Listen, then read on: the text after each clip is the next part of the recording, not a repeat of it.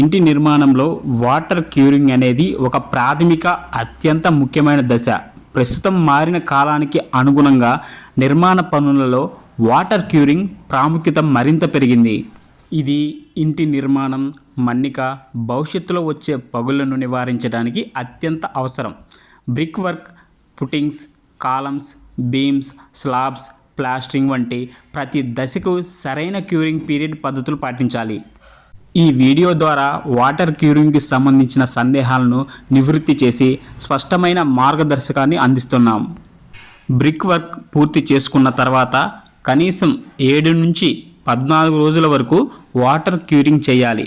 వారం రోజులు ఖచ్చితంగా ఉదయం ఒకసారి, సాయంత్రం ఒకసారి తడపడం వలన గోడలకి అవసరమైన తేమ లభించి బలంగా తయారవుతాయి. బ్రిక్ వర్క్ ఒకే రోజులో పూర్తి కానందున కట్టిన వెంటనే ఫ్రెష్గా ఉన్న గోడల్ని తడపకూడదు. ఈరోజు కట్టిన బ్రిక్ వర్క్ని రేపు ఉదయం తడపాలి. అదేవిధంగా నిన్న కట్టిన పనిని ఈరోజు తడపాలి. ఇలా చేయడం వలన పచ్చి గోడలపై నీరు పోసినప్పుడు అది కదిలిపోయే అవకాశం ఉండదు. తద్వారా గోడ నిర్మాణం పటిష్టంగా ఉంటుంది. పునాదుల క్యూరింగ్ ఒకసారి చూద్దాం. నిర్మాణానికి పునాది అయిన పుట్టింగ్స్కు కనీసం 7 నుంచి 10 రోజుల వరకు క్యూరింగ్ చేయాలి. ఇది పునాది కాంక్రీట్ను బలోపేతం చేసి భవనం బలానికి దోహదపడుతుంది. ఫిల్లర్స్కి క్యూరింగ్ చూద్దాం. పుట్టింగ్స్ పైన మనం వేసుకునే కాలమ్స్, బీమ్స్కు కూడా క్యూరింగ్ చాలా అవసరం. వీటికి 7 నుంచి 14 రోజుల వరకు నీటితో తడపాలి.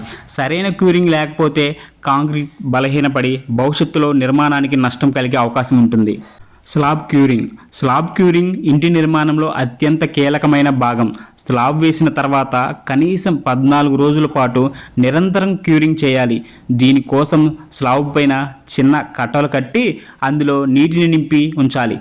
నీరు తగ్గినప్పుడల్లా మళ్ళీ క్యూరింగ్ నింపుతూ ఉండాలి. 14 రోజులు క్యూరింగ్ పీరియడ్ను ఖచ్చితంగా పాటించవలసిన అవసరం ఉంది.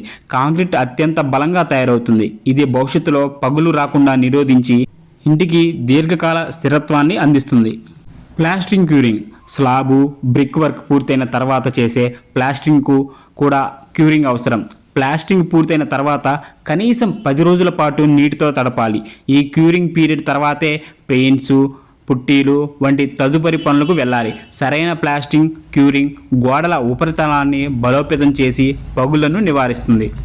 ఇంటి నిర్మాణంలో వాటర్ క్యూరింగ్ అనేది ఒక అదనపు ఖర్చు కాకుండా నిర్మాణ బలం, మన్నికకు అత్యవసరమైన పెట్టుబడి.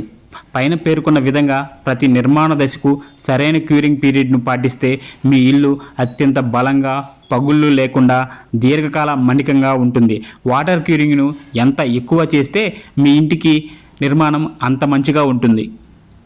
ఇలాంటి మరిన్ని వీడియోస్ కోసం ఇప్పుడే మన ఛానల్ని సబ్స్క్రైబ్ చేసుకోండి. అలాగే లైక్ చేయడం మర్చిపోవద్దు.